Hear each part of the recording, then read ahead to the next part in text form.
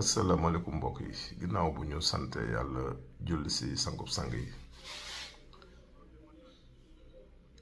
sallallahu alayhi wa sallam ñu ngi leen di nuyu leen ñaanal jàmm mu am lu war a leeral si hépatite B parce que dafa am ko fi ñëw sànq benn soxna mu dafa dañu ko nag am hépatite B ba bindal ko garab ma commencé ko naan ma ne ko ma xool say résultat mu won ma xool antigène HBS dafa négatif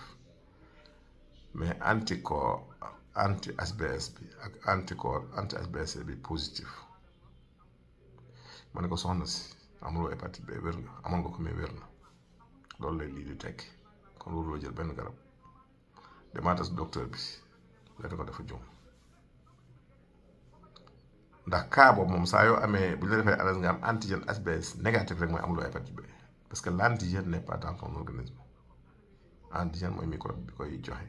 amatuloo ko kon bu ñu la defalee anticorps anti HBS ak anticorps anti HBC mu négatif mu positif mooy wane ne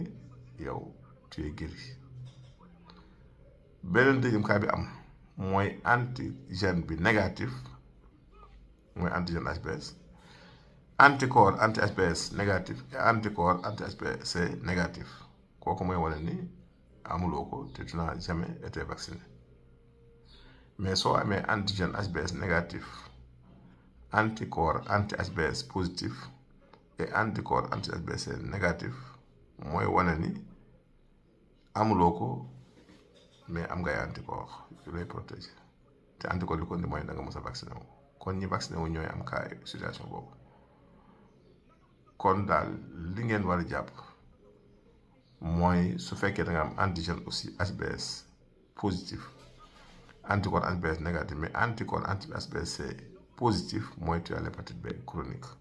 kon hépatite B chronique mooy ki nga xam dafa am antigène am HBS positif anticorps anti HBS négatif mais anticorps anti HBC positif kooku il a l'hépatite B chronique mooy cas bi gën a xale faj mën nga ko faj ba mu wàññi ko nag des traces yaram mais di ko complètement muy jeex kon lii dafa bara nit ñi xam ko ràññatle ko ma bamtuwaat ñeenti cas yi cas bu njëkk bi mooy antigène HBS négatif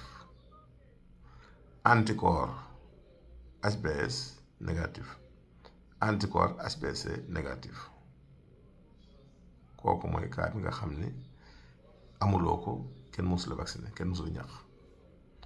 deuxième cas bi mooy antigène HBS négatif anticorps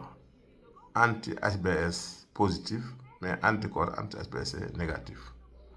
kooku mooy cas bi nga xam ne amoo hépatite voilà amoo hépatite am ngay anticorps yoo xamante li ko indi mooy vaccin parce que les anticorps HBS sont positifs mais les anticorps HBC sont négatifs kon am ngay anticorps li ko mooy gis mooy da nga vacciné woon cas bi nga xam ne nag mooy cas bi nga xam ne mooy ñetteelu cas bi mooy antigène HBS positif mooy nga amee hépatite yaa ngi dégg anticorps anti HBS négatif mais anticorps anti HBC positif ñun la tu as l'hépatite B chronique dernier cas bi mooy antigène HBS négatif anticorps anti HBS positif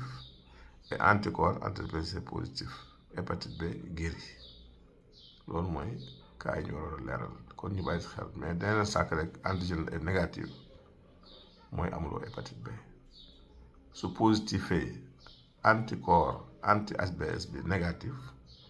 anticorps anti HBC positif ci l'hépatite B chronique moo tax gars yi def dosage anticorps yi gars yi dañ siy juum léeg-léeg ñu ne nit nga am hépatite fekk anticorps lañu xool mu positif mais xool ñu antigène bi loolu interprétation la mais li ñuy daal xel nit ñi rek mooy hépatite B daal lu mën a wér la naxet naa faj loolu nag boo koy faj doo yàkkamti la cas bi ma fi mujj a faj def na fi 2023 ba 2025 bi maanaam 2 ans yi manqué 2 mois muy soog a dañ te daanaka mosul jëlal dana ñëw tout le temps faj nañ fi ñett si ñeenti at mu soog a wér am nañu faj si juróom-benn weer mu wér nit ñi amuñu bu dee nag bi lay soog a dal nga xam ni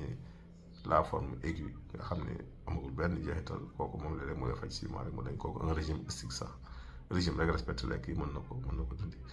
ki ko am daal na wàññi beurre wàññi tiga dege wàññi chocolat wàññi yàpp graisse wàññi beurre di lekk légumes suffisamment ak fruits tey nelaw assez di naan ndox loolu daal boo ko def si kàttanu yàlla mën na dimbali nga am tawféex kon ñu ngi ñaanal ñëpp di yéene ñëpp jàmm jërëjëf